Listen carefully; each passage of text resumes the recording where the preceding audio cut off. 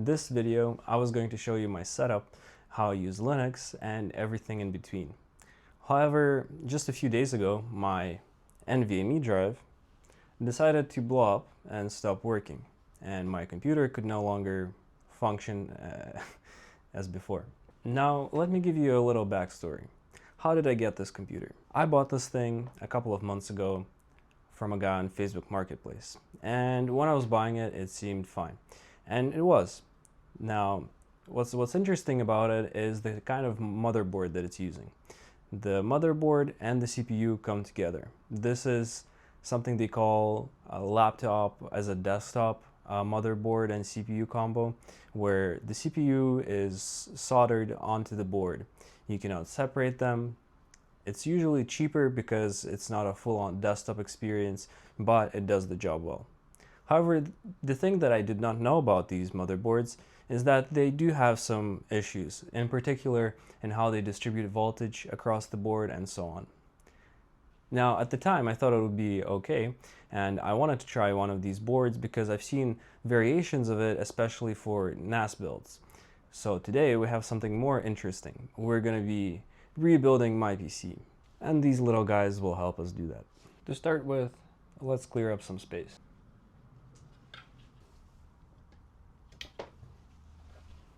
And let's bring our big boy into the picture.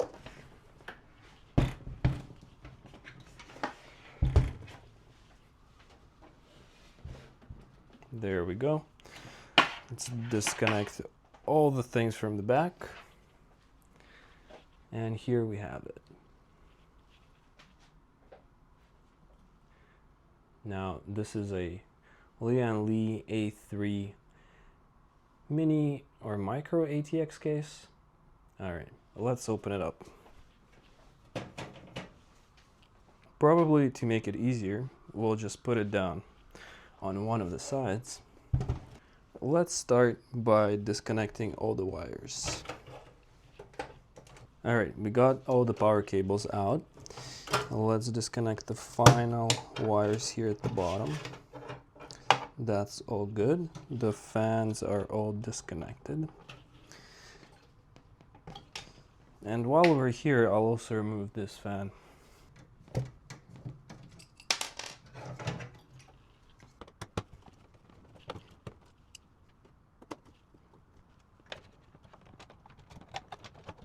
And there you go. Motherboard is out. Now we have to disconnect this bad boy. What to do in this situation is we take out the fans on the sides, and then we'll get access to these screws down here, which will allow us to lift the cooler off of the CPU.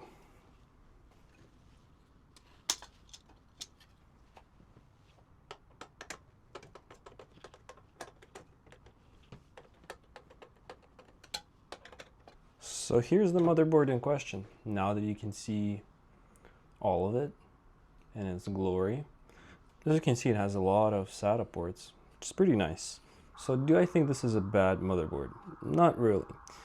Even though my drive sort of died while in this motherboard, and while I am scared that something else can happen in the future, I do think that this motherboard is very cost effective. And if you're not pushing your CPU and your computer in general to the limits, you will be fine.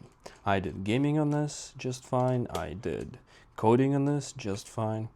But it seems that something did give. And now, let's see what we're going to be replacing this with. Here's our replacement. MSI B550M. Basically, we're going for AMD AM4. That's right, AM4 socket, and we're using a Ryzen 7 5700X. There you go. Here's the CPU. And here's our newest drive. Not the best, but it will work. Hopefully, it will not be fried. All right, let's get to the best part, which is unpacking.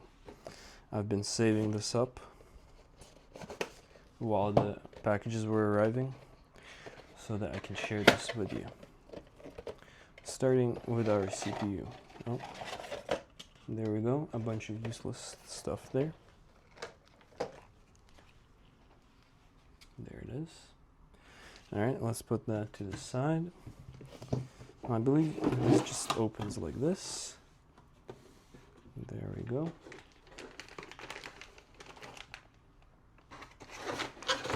What else do we have? Some cables, I/O shield, that's kind of important.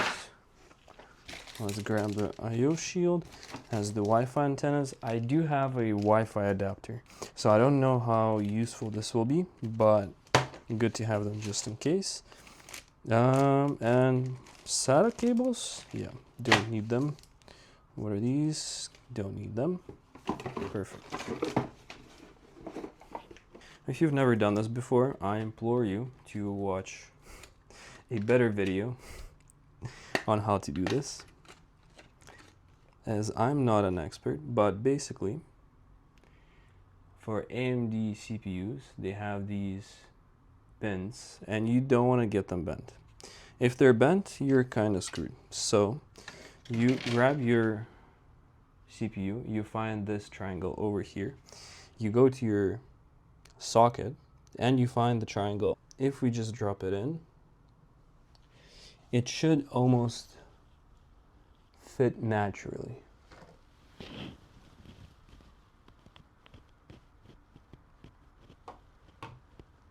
There we go. You can sort of feel that it has a little leeway. That's good. That means it's in. There is no space. And then all you do is you push it in like that. That's it. Your CPU is ready. Now we will add some paste, as we're now going to be using this.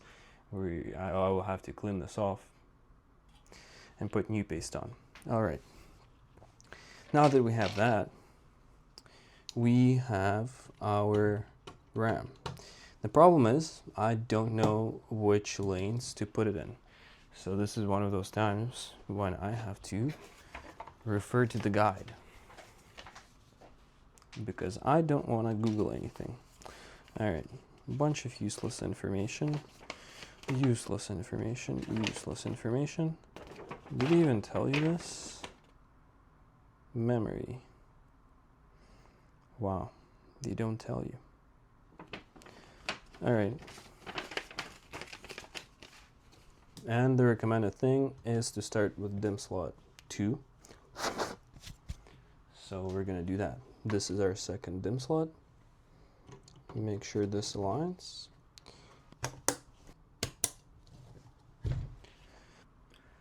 So two things. We will not be able to use this NVMe slot because of two reasons. First of all, it has a screw hole here, which allows us to put this thing here and screw it in. The second one is it has these things in the middle. And since this NVMe drive is kind of fat, and as I said, I don't want to take it apart and leave the board by itself, we will have to use this one over here. And so it's been several days since the last recording, and the reason why we've stopped is actually because of this thing. And the reason why we stopped is the previous motherboard that I had was an Intel based motherboard, and the backplate that's used for attaching the CPU cooler could work with this thing. It goes on the back of the motherboard, you can imagine, like so. And they had these spacers that come with the CPU cooler. You kind of slap it on like this and screw it in. The problem, however, is that with an AMD motherboard, the backplate is different. It's a different size, so this one would not fit there. And the other problem is that with a spacer from the previous one, from this one, it does not fit on this backplate. And I did not have the spacers, and I tried different ways of trying to attach it, and it did not work. How did I fix this? I asked my colleague to 3D print me these spacers. He saved me a lot of money and waiting time. so that I can actually attach the CPU cooler. So now we will continue finally building out the motherboard. So let me zoom in and we can continue assembling our motherboard. There we go. So now that we have the spacers, I took out the RAM as well, as you can see, just for ease of access, but we have the backplate, as the name suggests. It will go in the back. As you can see, that's how it actually comes in. Previously, what was there are these things. They would go up on there like this. They're screwed in, and if you have a different or default sort of CPU cooler, it would just attach on these latches over here. But we don't have that, so we gotta do this a different way. So now that we have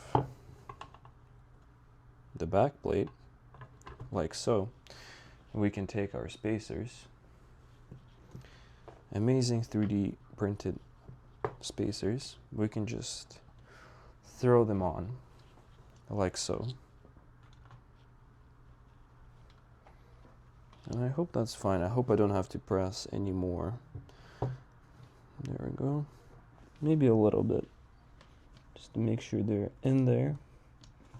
Let's see, does this one move? So it's not moving. That's sort of perfect. And now we have these brackets over here. And what we would do is we just throw these screws right in there and start screwing them in.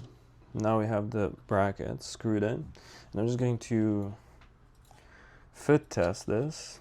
So this would just go on there. It looks like it's touching fine. So now we get to the fun part.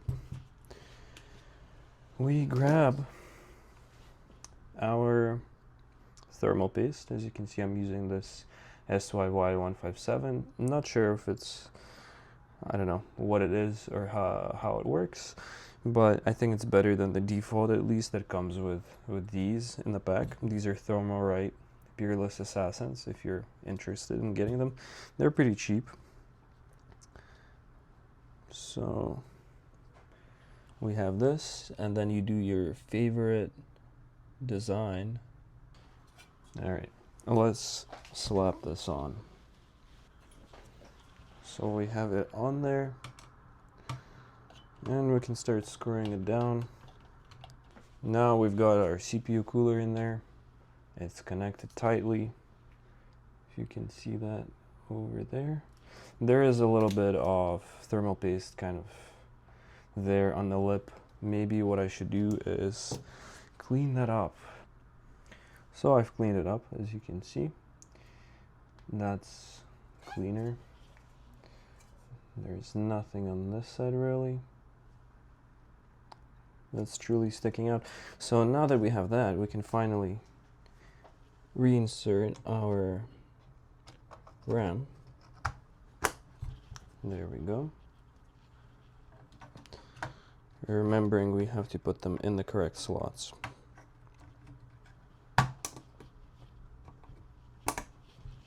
There we go. So now that our motherboard is complete, we can put it into the computer case. So here's our case. We're gonna put in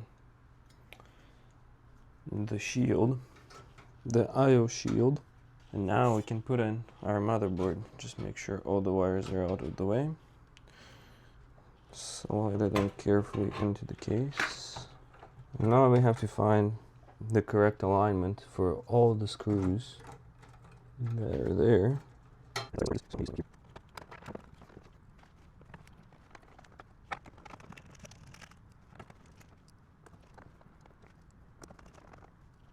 So now that we have all of our main components in, we have our motherboard, CPU cooler, RAM, we have our NVMe drive in there. I think it's time to connect all the wires before I put in the GPU, so let's do that. And now for the main piece, we're gonna do the graphics card. All right. So we make sure to open this latch over here.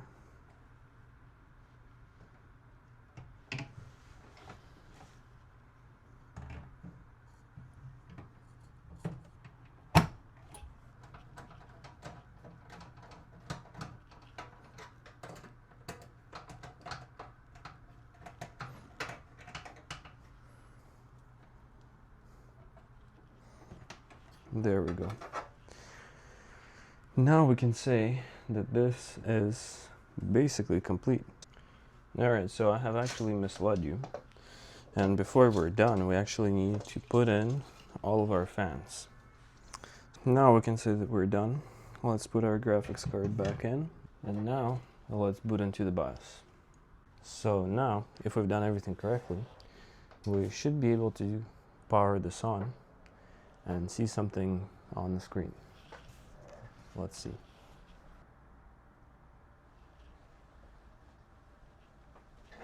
There we go.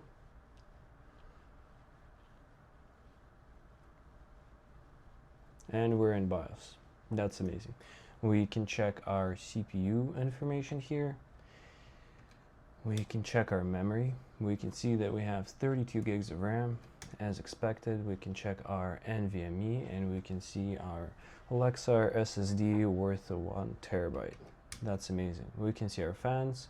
We'll leave them as they are. The CPU is at 30 degrees. Seems fine. Nothing's happening. All right, that's perfect. And so we have successfully rebuilt and fixed my PC.